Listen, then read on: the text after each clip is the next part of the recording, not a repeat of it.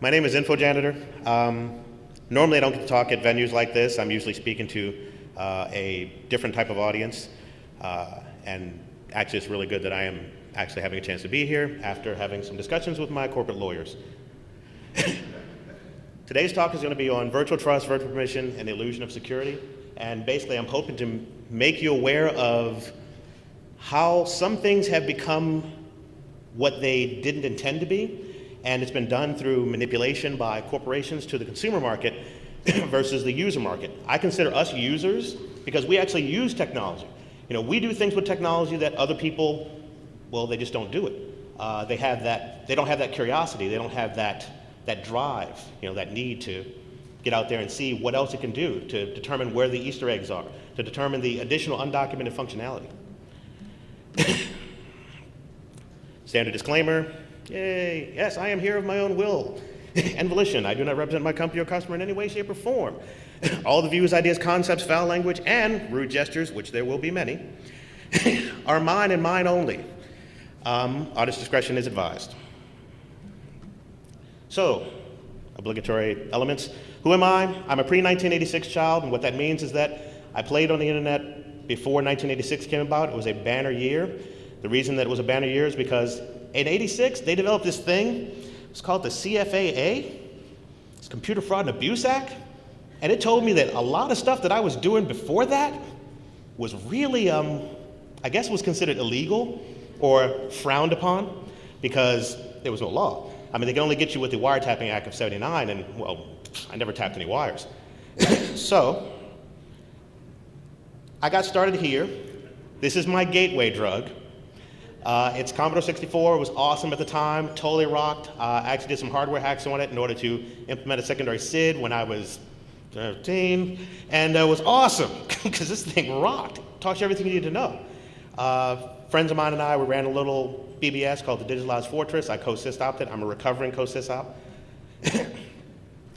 So, as I said, there were none of these, so we had a ball. I mean, we did everything. It's the Mike J. Henry era. You're rocking fast hack-em-wares, you're sending disk bombs at people, you're just doing what you do. And then someone said that was bad.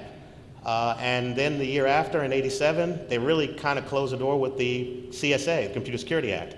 And I started watching people that I know become guests of the government. So I said, time to stop this, and let's do something that might get me somewhere. I started doing a lot of database work, picking up database construction, and somehow found an internship at a national lab, which is Johns Hopkins Applied Physics Lab, and parlayed that into an actual job. And it was pretty cool. I heard lots of stories, lots of things about people and the things that they did, and they lived lifetimes beyond me because, well, I was a teenager. And I thought, I need to get some stories. How do you get some stories? How do you expand your knowledge? So as I said, the laws came about. That kind of put an end to my fun. So I went off to the wild blue yonder because they told me they had this technology that was way advanced. You had never seen it before, and it was going to be awesome. And I'm working at a lab where it's really advanced technology, but they said they had better tech. So I went there. And just like vendors lie to consumers, I found out that that story might not be true. It's what we call a lie. So I met an awesome person in California who became my wife. Somehow she put up with all my quirkiness. And for 2 years, she convinced me that that was not the place that I needed to be. I do believe she said it sucks and it's sapping your will to live. But it still took her 2 years to convince me of this. Because apparently I found out that while I was in the military, I had a problem with authority. So she convinced me to go back to the commercial world. And I did.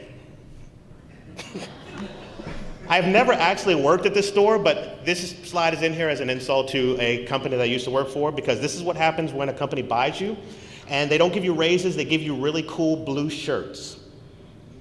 So a few minutes of searching on the internet, printing out placards and elements to cover up all of their logos on the shirt, and I look like a Best Buy guy. We were also doing a talk on social engineering and how the human mind completes the picture even when the picture is wrong.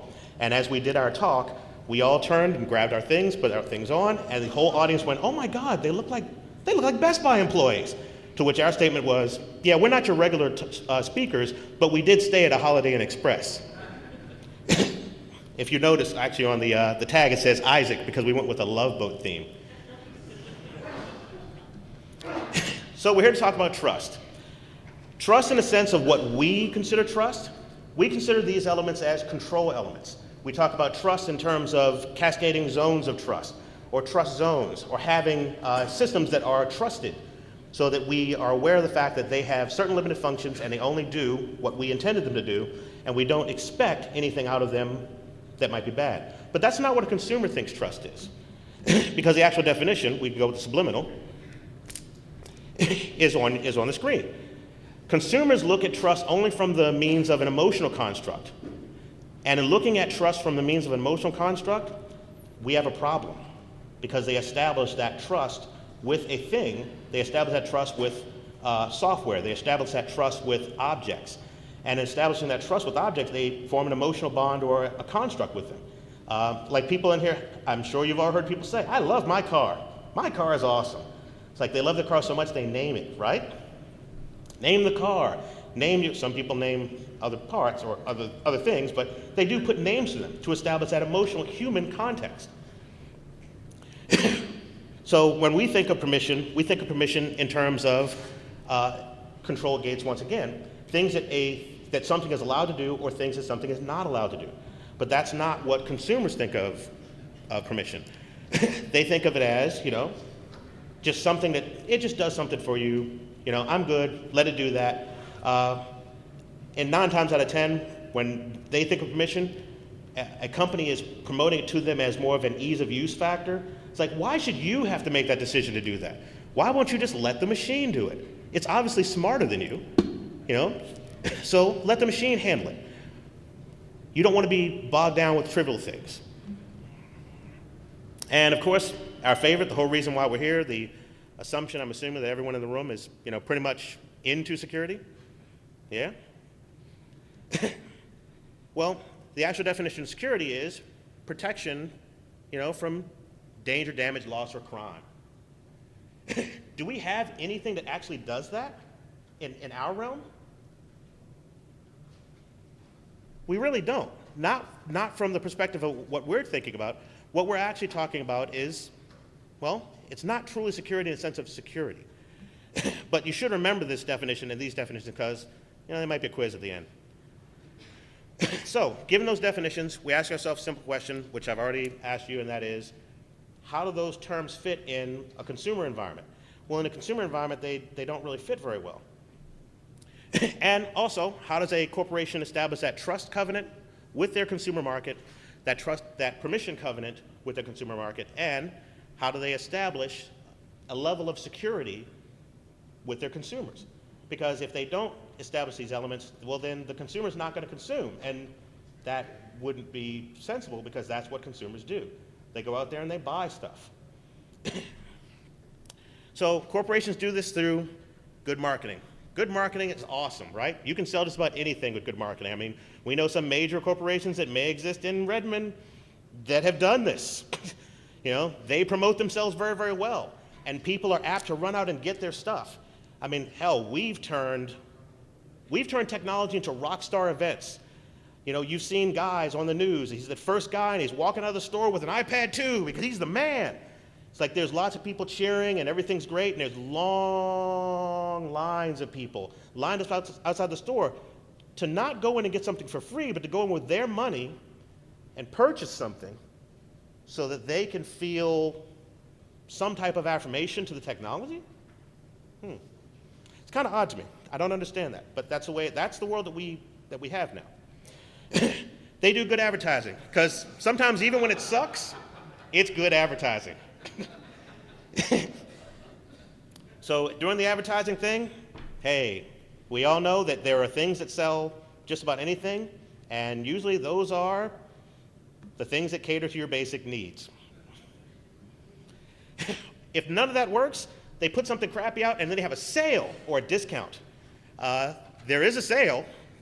I'm not certain if I'd want it, but I suppose this is as good a reason as any to have a sale. So They do all of these things in order to lull the consumer into an emotional covenant or construct with the product or product line. In doing that, they're attempting to get that customer to be loyal to that brand, to have that emotional construct. Most of us don't have that emotional construct with technology. We just don't. We see it as a means to an end, a means to discover what it can do, a means to get into it and just basically dissect it sometimes. Hence we wear the iVoid warranties, hey, I tore through your code, it sucked. We get online, we tweet, we post, we do the IRC thing. We do everything we can to keep each other informed, which is great. That's what we need to do. But this is pretty much our motto on brand loyalty. Our motto on brand loyalty is brand loyalty can go fuck itself. And by the way, I don't normally get to use profanity in my conversation with people, so I might say fuck a lot up here. But basically, brand loyalty can go fuck itself because what's good today, one of you in the audience might find out is severely detrimental to the consumer population before I finish my talk. And you're going to post it. And all hell's going to break loose in the Twitterverse. And people are going to get riled up. And the news is going to come in. And they're going to say, I need to interview that guy because he's awesome, because he's found this gaping hole, and it's ridiculous. But what happens in the consumer market? Nothing. Not one fucking thing. They don't care. You could say, oh yeah, if Charlie Miller has found out that, if you're able to do something to bypass the firmware on batteries, you can literally burn the shit out of someone from their laptop because you take that regulator off. Has that ever been seen outside of our security venues to the consumer market, on the news, at all? That's danger, right? He's basically trying to eventually get it to explode, which would be really cool, but he's got to get it to that level before it becomes an issue for the consumer market to even go, yeah, we may need to tell our people about that. No, probably not. Because they just don't seem to care. They're loyal to a brand to a fault. And here's why. When we talk about trust, what they're sold is confidence. The consumer market is sold confidence. Confidence that your product it's going to be awesome, and it's not going to affect you. It's not truth, it's a belief. And beliefs are awesome, they're great, but reality is reality. We know things that are horrible. We know things that are bad. We know things that we would never have in our home. And we don't allow those things in our home, or we take the time to set up certain security controls or gates that prevent those bad things from happening. So when a company is also attempting to tell people about permission, what they actually mean is consent. And consent is not permission. They're given that consent through elements that sound really, really good for you, like ease of use. Every time I hear ease of use, I really hear the guy saying ease of abuse. Because literally, if it's so easy that you've levied it as not being a human decision and allowed the machine to do it, well, I wanted to set the permissions. I didn't want the machine to make those decisions for me because it may not know from time to time what the actual decision needs to be. It's basically a binary operation. It's either going to do what you told it to do or it's not going to do what it told you to do. I don't want machines having that. They don't have the knowledge to make that human decision, but they are allowed to. And unfortunately, it's not getting better. It is moving to what I call problematic pervasiveness. And we will get into that. They want security, but what they actually receive is protection. And protection is not security per se. It's a very small, finite facet of it.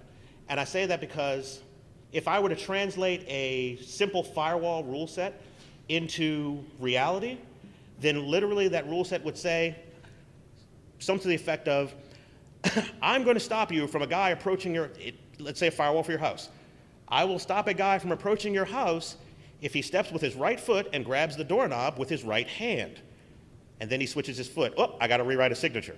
Oh, he's now got one finger on the doorknob. I've got to rewrite a signature. You're constantly having to rewrite signatures versus a more heuristic-based approach which looks for an anomalous behavior that could potentially be criminal in nature. So, after consumers lulled into their false relationship, what do? Well, they start to purchase more security, don't they? Because if one product is good, well, 20 of them is probably better. And corporations market that. They leverage that fear.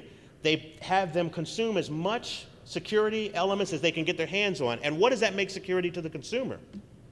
Makes it a pain in the ass. It's like, oh, I've got to put in my password to log on to my password. Now once I'm in, I need to bring up my desktop and get my email and put in a password for that. And you just keep building these constructs to the consumer market that makes them think security is just a big hassle. And because it's usually their own private elements, not talking about corporate elements yet, but we will get into that, what do they normally do when it comes to security? Anyone? Same password. That's right. Same password is better than what I was thinking. They just turn it off. They're like, oh, this is bullshit. I'm just trying to see the game online. Kill that password. Or they write it down somewhere, and let everybody know it, or post it on boards. I mean, it's amazing what you can do with Shodan and finding vulnerable elements, or just using Google. Google works for you. Works for me too. And you can just use it to go find people's passwords. You can find vulnerable targets and things that line up to them so that you can just totally damage it. Because the consumers, unfortunately, outnumber us. They are a lot. So with consumers, well, they don't know what they don't know. It could be a problem. We know what they don't know, but they don't know what we know. Because if they knew what we knew, well, they'd see their position, and clearly we can see that they are. Are there any vendors in the room? Because I'm not really trying to insult any vendors. I love vendors. I pimp your gear, wear your shirts. I happily evaluate your stuff. I'm good with that. But the problem is, under the context of what security is, those are not security products, they're protection products. And as protection products, they're great, but they're marketed as security. You use it to placate people, to make them feel safe. We know that even if you have these security elements in place, well, things can pass through and totally fuck the consumer.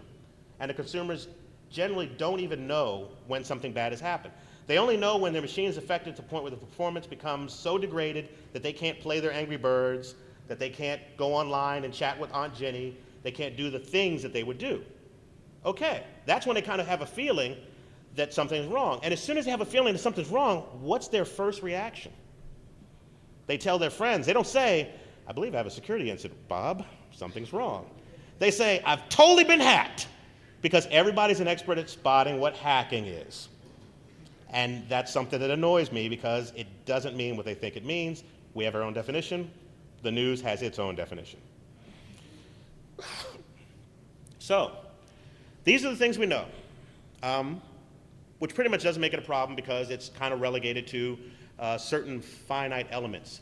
Laptops, your servers, regular desktop boxes, those type of things. Those products that we physically see and recognize as, well, computers, right?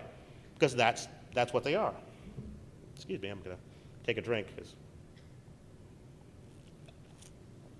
it's about to get bumpy. What about that? It's a car, right? Really? Anyone still think cars are cars? Phones are phones? Anything is anything? We have managed in our lifetime to turn pretty much everything into that.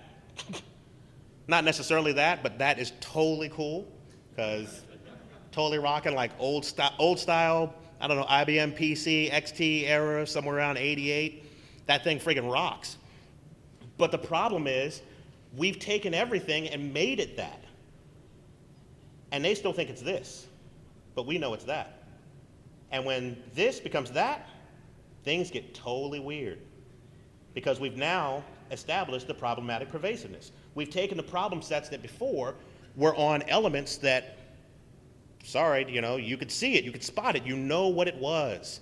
It's a computer, and it's right there. And we put it into everything. And now the same problems that were affecting your desktop, your servers, your laptop, your phones, because those are no longer phones, but the problem is we don't have any other word for them. We use the same words, and the trust covenant has been well established with phones and cars and other things. So how does a corporation get people to put the tech in their car? Well, funny story, Mini Cooper, they decided to have a campaign in 4 test cities where they thought, it'd be really cool. People need emotional affirmation from their vehicle. So here's what we're gonna do. We're gonna have a campaign in 4 different cities where we're gonna allow them to buy a fob and write to the fob, cool message, interacts with the billboards. Totally Minority Report, totally ninja. So as they drive by these interactive billboards, their cool message will pop up and tell people how cool they are. Because that's what people want, right? They need that level of emotional affirmation from their car. So people are allowed to do that. Anybody Chris Paget much? Using him as in a verb-like sense? And he talks about the elements that are available, how you can rewrite these things, how you can rewrite the tags, because the tag that they use is an RFID tag. There is no cryptography, there's no protection scheme, and they say, well, we will, at our discretion, determine what messages go out there. Well, you can do that, but if I buy the fob, guess what I'm gonna do? I'm gonna rewrite the fob to something really rude. And every time I pass your billboard, you've already given me the fob. It's got a chip in it, and I can just write to it and write anything I want to it. Is that a bad thing? It's not a bad thing? I don't know. I'm still thinking maybe bad. Maybe. Put up an ex-girlfriend's name or her phone number. Because that would be awesome. Not that I ever had any of those. My wife is in the audience. Never had any of those, though, by the way. I just wanted to say, as an example, that's what I would probably do. So you may be thinking, okay, well, that just caters to vanity, and I'm not vain. You're just trying to frighten me with your message of fear and derision for all. But the sad part is that campaign was actually successful. And I do believe at this point, all Minis now have that chip built into them. So instead of it being a fob you could buy, they've passed the cost on to you and placed the device in your vehicle. Isn't that kind of them? It's very nice of them, isn't it? They give you the chance to buy something so you can customize your car. I don't need that in my life. I'm a Jeep driver, 4 wheels, maybe some brakes, a steering wheel. I'm good. Another method of how they get it is obviously through promotions. Has anybody seen these on TV? Snapshot? Flow from Progressive, how they've humanized an entire insurance corporation into one ditzy lady running a belt and a register. And she tells you, oh, well, you could save up to 30% if you will place this tracking/monitoring device into your vehicle. Oh, wait, she doesn't say that. She says, if you'll place this device in your vehicle, it will monitor your vehicle, and then potentially you will save up to 30% on your insurance. She also tells you funny things like, I know you might be concerned that the snapshot gets things about you like your driving habits or speeding. It doesn't care about that. I'm sorry, but maybe I missed that in a programming class. When did you program machines to care? When did you program a device to have an emotional construct or content? You didn't. You just didn't. But they're telling you that it only collects 4 elements. Well, the funny thing is, doing a little bit of research, you find out that this is basically a customized version of the OBD2 commercial product you can buy for a couple $100. And it collects 23 elements of your vehicle. And so does theirs. But they tell you it only cares about these 4 things. Looking through a lot of the forums, there were people that are saying apparently it may not care about those other 19 elements, but it damn sure records them. Because people are turning these things back in, and some people have been dropped from this insurance. The sad part is, Progressive actually has they have the moxie, not Marlinspike, to actually put forward to you that, hey, we've got a campaign, and there's a crazy lady with a name tag, and you should do that. There are other insurance companies that are actually doing this, they're just not advertising it. They're allowing you to have the device, place the device in your car for 30 days, and then mail it back to them, and everything's great. But it's not. It's actually not. You're actually reporting elements such as hard braking, speeding, all sorts of fun things that you may not want your insurance company to know on a day-by-day basis. Why should they have to take that type of data from you in order to determine what's going on? You know, you pay your insurance company. If something happens, you call them and they drop you. I mean, they file your claim. They don't drop you. They file your claim and you totally are paid for it or something. So that was my question, is that, you know, does anybody see a problem with that? And obviously, we as a security community, we do. But what about the consumer market? Anybody? That's right, they hear 30% off, they hear a sale, they hear a discount. And because of that, they flock in masses to whatever is going to give that to them. And progressive sales are actually up because potentially I could only pay 70% of money to this insurance company, which might be less than Joe Slobneck's insurance down the street. So therefore, that's a discriminator. I'm going there. So currently, it is optional for that company, but the reality is the more successful that product becomes and the more successful tests like that become, what tends to happen? It becomes the norm. It could become the norm for every insurance company to have you give them a device or them give you a device. And they take that device and you put it in and you send it back to them and then all hell could break loose for you. Or maybe they could eventually convince your vehicle to just send them the information. Speaking of vehicles sending the information, the Nissan Leaf is a prime example of technology that is built with problematic pervasiveness in it. It is a full electric car. It's promoted as, you know, being completely green. It's like, hey, going green. Green is another word that sometimes kind of bothers me because it's not used in the context that it's meant. And with this vehicle, the tracking device is built into it. There's the ability to discover how fast someone is going from point to point, to pipe that data out. And if you have a chance to look at the actual stream of data, you find out that the car is ridiculously chatty. Commercials are actually piped into the car. So that if you're in an area and you've stopped at Bob's Big Boys, if there are still any in the United States, because, you know, everybody likes a big boy, it'll start piping those things to you because it's kind of supplementing the company, and there's RSS feeds, and those feeds come in, and, you know, those feeds make money via, you know, some revenues also. So that information is now being sent to you. And even if you didn't want it, it's being sent to you. You can't escape it. It's there. But at the same time, you're giving up your privacy of where you are and what you like, and you are keeping these revenue streams going for these other industries. So once again, you may think that I am, you know, just stirring up the whole fear derision thing. You know, you may not have that fob. You don't have that insurance company, not tracked, can't get you with the scare tactics, which is also a great way that businesses sell things. They sell security through fear. I actually had someone say this to me, and I had to walk away because I was like, but what do you mean those are just privacy issues and not security issues? How is a privacy issue not a security issue? I didn't even get that. But I've had people tell me that because the powers that be, they don't understand all the aspects of what security is. If I know your user population, or if I'm able to track individuals, well then I'm kind of decreasing the security of your element because I'm able to follow them. You know, I mean, you've always seen, well, in the past, if there was a strike going on or something odd going on, you'll see a guy in a lawn chair with a clipboard sitting in front of the industry, right? Sitting in front of the business. What do you think that guy's doing? Is he just kind of hanging out because that's a great place to catch a tan in front of the gate? No, he's collecting data. He's looking at those things. He's looking at those elements.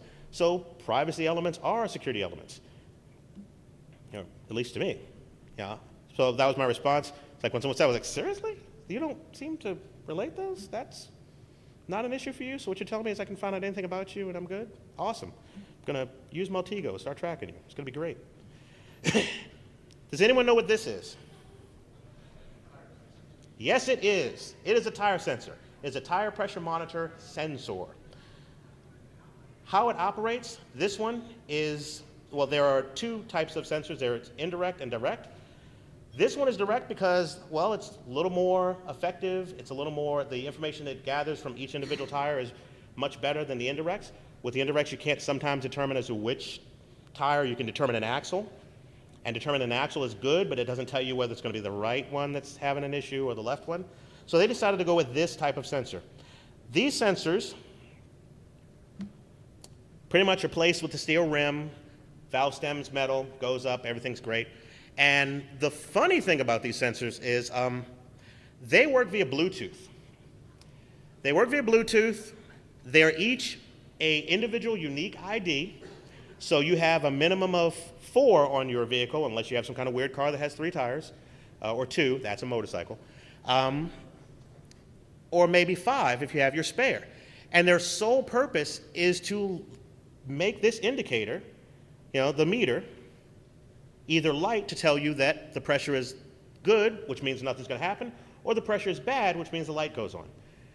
And that would be awesome, because it was marketed as a safety device to prevent blowouts and low pressure and save you on gas and all that happy hoo-ha, because, well, that's what they promoted it as. But some researchers here in the United States and some other researchers in Japan have collaborated and found out that because of problematic pervasiveness and placing Bluetooth and sensors on rolling servers, rolling systems, rolling computers, cars, that they can actually violate the Bluetooth sensor in the tire pressure monitor, and they can go in and do some interesting things, because there's other safety features that are required by the Department of Transportation, such as the universal dashboard in your vehicle, which is supposed to be essentially a monitoring system for all the subsystems in your car, which is great because it gives them a one-stop shop, and they can plug their the onboard sensor in and pick up everything. Well, they found that they could violate those elements. Before, they needed physical access in order to violate those elements. But when they instituted the tire pressure monitors somewhere around 2005, 2006, and then in 2007, they said, well, 20% has to be complete, and then in 8, like 70, and then by 2009, 100% compliance. Well, they found that they could violate that Bluetooth element, go in through that universal dashboard, through the tire pressure monitors, vulnerability, and Bluetooth, and do some fun things like lock your doors, turn off your brakes. That, to me, doesn't really feel like a safety or security feature, because if you've put an ingress point to my car, and they can do this from a distance, I believe the distance is a mile, that's kind of frightening to me. I don't really want that, but you have to have it. And the sad part is, they don't give it to you. You have to buy these things. You actually have to buy them, and they're not cheap. And if you have a blowout, well, you got to replace it, because you got to put that tracking/vulnerability back into your vehicle. It's required. So that's bad, and I thought it was bad, and I didn't think it could get much worse, but there is more. There is something that is being tested, which is called car-to-car or vehicle-to-vehicle or whatever, after they decide and stop bickering. It's Betamax versus VHS, as far as I'm concerned. And what they're trying to do is they're trying to further turn your car into a computer, except for they're just going to straight make it a node, a roaming node. What you're looking at is a diagram of the proposed vehicle-to-vehicle communication system, which is supposed to be set up so that your vehicle is aware of all other vehicles in the proximity of it, approximately 1,000 meters, but we all know that that is what is optimal ranges. Doesn't mean that's reality, because in reality, Wi-Fi stops at your house, right? And it doesn't. And so therefore, using their vehicle-to-vehicle communications process, they are allowed to be cognizant of nodes, send out private or public communications. Public communications are essentially emergency vehicle in the area, pull over to the right, because apparently people have forgotten what to do when a fire truck runs by, or an ambulance. They just kind of sit there, or, my favorite, they chase it. Hey, it's cutting through traffic. And they're just rolling along like they don't know they're not supposed to do that. The term ambulance chaser, you're not a lawyer. Stop. But they'll do it. The problem with this technology that they put in is that instead of them going with certain elements that, like a LiDAR, a sonar, something that would, kind of determine proximity and thereby potentially engage systems such as your brakes in your vehicle or other elements to actually protect you from striking things. They decided to do something that's called 802.11p. Has anyone ever heard of it? 802.11p? 802.11p is a retrofitted 802.11b, because we know there's no vulnerabilities in that. And they've decided to take that and use that as their finite or limited communication system between each node, because they don't even call them cars, they're just calling them what they are, so that messages can be sent. So in your car, I could send a message to the car ahead of me, which would be kind of awesome because, hey, jerk off, your blinker's on. I'm tired of following you. Make a turn or get out the way. That kind of thing, which would be pretty awesome. But it's probably not going to be that kind of party. We want it to be that kind of party, but it's not. Primarily, it's so that, emergency vehicles can send information to you. So I guess if the cops are behind you and they're yelling at you, well, maybe you can't hear. They'll text you. That's the way it is.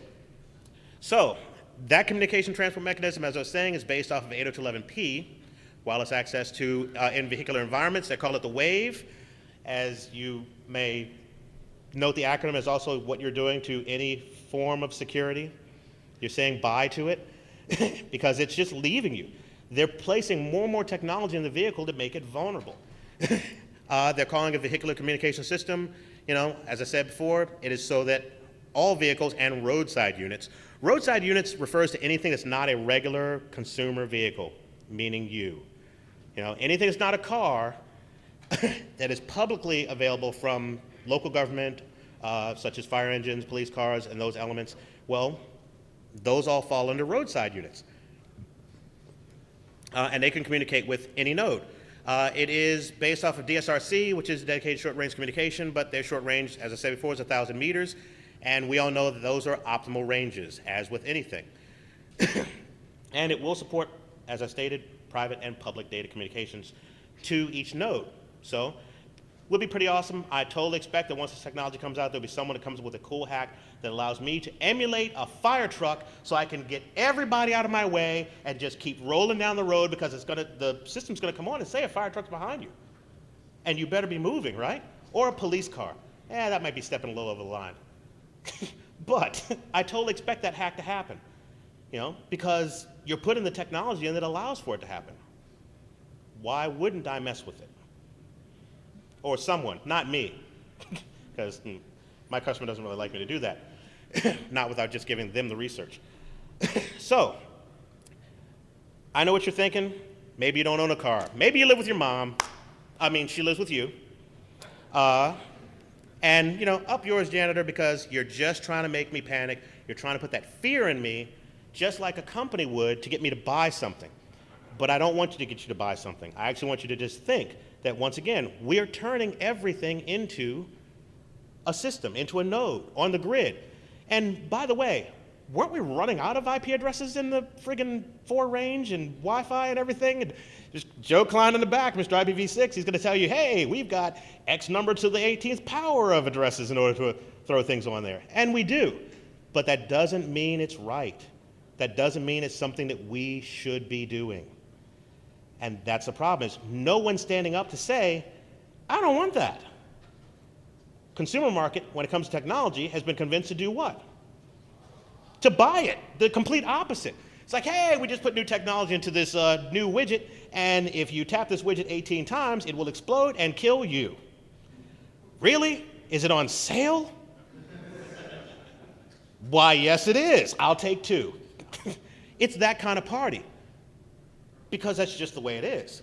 So, if you don't own the car, you don't have that fob, you're not with that insurance company, you're kind of safe, right? Everything's cool, because, fuck it. I'm just rolling plain with my mom where I live. Well, what if the consumer market was taken advantage of by some items you've actually established a trust covenant with, you don't even think about? I'm sure that most, if not all of you, have some of these items in your home. So what if they took advantage of some of those, or all of them? This is a product line that's being pushed by LG. And if you know it and you're not fucking afraid, then you're not paying attention. Because what LG has done is they've taken the whole concept of trust, permission, and security, and they've just thrown it the fuck away. They've developed a line called the Think line. And the Think line has elements that I would never want in places that they've put it. I always jump on their refrigerator because their refrigerator is in excess of $3,000. And that is the only thing that most of the reviewers are talking about when they look at this product. They're like, oh, that refrigerator is over $3,000 and people aren't going to buy it. But the rule about technology is the first few models is usually low pricey. Then it comes down to the average. And like trying to find a cell phone without a camera in it, the convergence of the elements that they placed into it are just not things I would want. They've made it a node, they've made it internet active. Some of the models, other models, actually have a removable pad so you can walk around the house, check all the stuff in your refrigerator. It's totally technologically advanced, more powerful than most computers from 10 years ago, and it's a refrigerator. What the fuck? That made no sense to me. But here's why they've done it. Because now you don't have to think about making a recipe.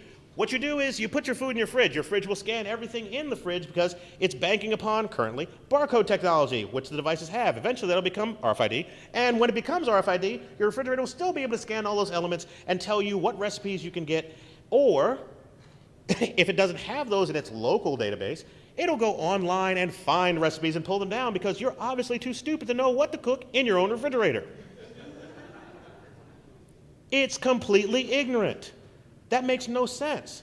But the sad part is, due to the fact that it is in fact a wireless device, and it goes out, as you can see, through the access point, which of course all consumers totally have the tightest access points in the world. I mean, like ourselves, or like me, I'm an average example. I have a $1,000 Juniper box at my house that protects my environment. I have run a third-party firmware on my wart, and I segment off elements so that things don't get to each other. So I'm kind of preset because literally that's what consumers have to do. You have to segment off your smart washer from your smart home bot, which they're also promoting that you can feed your dog remotely with your iPhone, and that's cool. Anybody see a dog run up to a robot going, yay, food? No. It's going to attack that friggin' thing. It's like, what the hell is that? It's a Frisbee with a light on it and a camera. Get away from me. It's going to grab it and run around your house with your home bot. But all of these elements do speak to your access point and allow you to have control of them via your smartphone or your tablet PC or anything that's internet connected. And it's also connected to their customer service center. Funny how that works. Is their customer service center here? LG is a Korean company. So my refrigerator, my washer, my dryer, my oven, all touch the other side of the globe. Because apparently my refrigerator is international. It's good like that. And what that also means, though, is that that is a point of ingress to your house. Some kid in Bolivia can go, oh, it's the Think line. Hey, change the parameters of the thermostat so that when they turn it down, they turn it up. Or turn it off. For those individuals who are promoting hackback systems, oh, you will see this headline in your time. 1,000 refrigerators, ovens, and toasters were involved in a massive denial of service attack against AT&T. It sounds funny now. It really sounds funny now, but that's what we're looking at. That's the future. And it frightens me. So as I was saying, the price of these products, they kind of keep them out a few years off the market from being generally acceptable. But eventually, the more the technology becomes pervasive, well, so does the problem. And it lowers itself down to levels where people will go, fuck yeah, I want that refrigerator with the cool widgets and the stuff. And I don't ever want to have to say, here, honey, smell this. Tell me if it's bad. Because my fridge will do it. What it also will do, though, is it will SMS you to remind you to buy shit. It'll text you. It'll email you. It'll do everything that a person would do, including the fact that you can assign a credit card to it so it can call Peapod if things run out and you're just too damn lazy to go out and get it. So now we have an internet-connected device that is allowed to make a decision via permissions that you've set, and it has a credit card.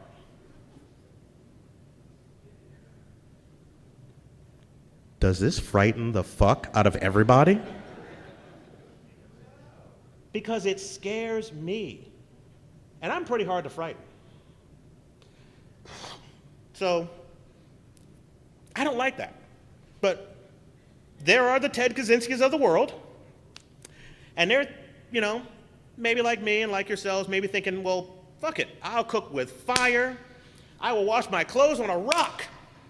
I won't have a television because, well, the televisions now don't have the external fob. They have the Wi-Fi built in. Hell, I've seen the commercials. I've seen what can happen without the Wi-Fi built in. The world falls apart. And I watch hand puppets from my lights. I am safe and secure again. But wait. Everybody panic. Because we've also somehow managed to turn Thomas Edison's dream into a fucking computer. Meet the smart bulb. The smart bulb is being pushed by NXP. NXP is a major manufacturer of compact fluorescent lights, which is awesome. Save money, going green. Every time I hear that, once again, I kind of cringe because it's not used in the way that it should be. It is an IP addressable device. Because apparently they don't give a fuck about IPv4. But it's okay because it also does 6. It's good. It's versatile like that. It's based off of a Zigbee controller, which is awesome. Basically a mini processor that allows you to go in and define things so that you can control the lights with absolute certainty. From your what? From your phone, that's right. From your phone, from an internet-connected device, from anything that allows you to have that level of access to it. But the problem is they've built it off of faulty technology. Why? Because almost all technology is faulty. I hate to break the news to you, corporations.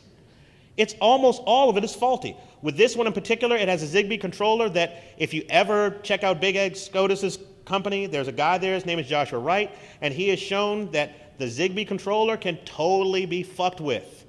So now you have some kid in Ohio, because it's close, and he won't let you turn your lights on until you send him $5. Once again, ease of use is simply ease of abuse. By the way, pen testers just had a nerdgasm because it put a whole lot of nodes on the market. They're like, every light bulb, every car, refrigerators, dude, I can't take it. They just can't take it because seriously, you've just put so many things out there that they're like, I didn't even go in the building and I've got like 400 targets. You don't need to purchase something that could be optional. You can have standard societal elements because of the fact that we're turning everything on a computer that can dime you out, become ingress or egress portals, or simply be manipulated by unauthorized entities. And that's bad. So, what is the security illusion? It's the illusion that you can avoid vulnerable technologies. You can't. You live in society. That you can stay off the grid, the sprawl, the big eye. Gibson was right. It's a sprawl. In my lifetime, when I was a kid, and maybe some of you, but not most of you, we were told that we were going to be facing this massive megalopolis. A city that literally went from Maryland up to Connecticut, and there was no borders. And then I got older, and that shit didn't happen. And I was like, guys don't know what the fuck they're talking about. They're just guessing like everybody else. But they actually did. We have developed a technolopolis, a world city, an area where I jump on and I am able to touch things in China. I was in Korea recently and I was able to sit down with my iPod Touch and utilize internet access. I didn't pay for it, don't ask. And I was talking to my team from my iPod Touch and it cost me nothing. When I tried to use my phone, it's like, that'll be $2.64 a minute. I went, fuck that, I'm texting. It's awesome. But it's great. We do have that ability to touch the world from a simple device. But unfortunately, the world also has the ability to touch us, and it's a bad touch. So, we do this, and we need to do this. We can't stop doing that. That's very important. We do this. We're aware. We make each other aware. We talk to each other a lot. But the problem is, we are like a church full of ministers. We talk to each other. We hate talking to consumers because they're kind of stupid. They're kind of stupid. But we have to step out of our comfort zones and actually find a way to get these things across to people. So we've done that too, set up programs, done all these respective things, multiple feeds, info, social media, all of that. That's the hard sell. Obviously, companies don't want us to do that so much because that costs money. And we do it with each other with lugs and all other elements. You know, I mean, you can't swing a dead, alive, Schrodinger's cat through your inbox without hitting all sorts of training sessions, podcasts, and all the like. The big security illusion is that there is some group looking out for the consumer, and there just isn't. Like an underwriter's laboratory, you know, that tests things to make sure that when you touch this mic 18 times, it doesn't explode. There's not, and we're putting software in there. And that's a problem. So we think that if we keep doing the same tactics and techniques, that eventually our message will get out. But the frightening thing is DEF CON is about to turn 20 years old next year. We've been publicly putting things out there for 2 decades, and we haven't had a dent on the consumer market. What we're actually looking to do is we're believing that the people that gave you this and told you this was a protective measure from it are looking out for people. They're not. So I'm talking about something a little different. The end of my talk is basically that I'm not saying we shouldn't keep doing hacktivism because it is good, but we needed to start doing a little old school security advocacy, old school activism.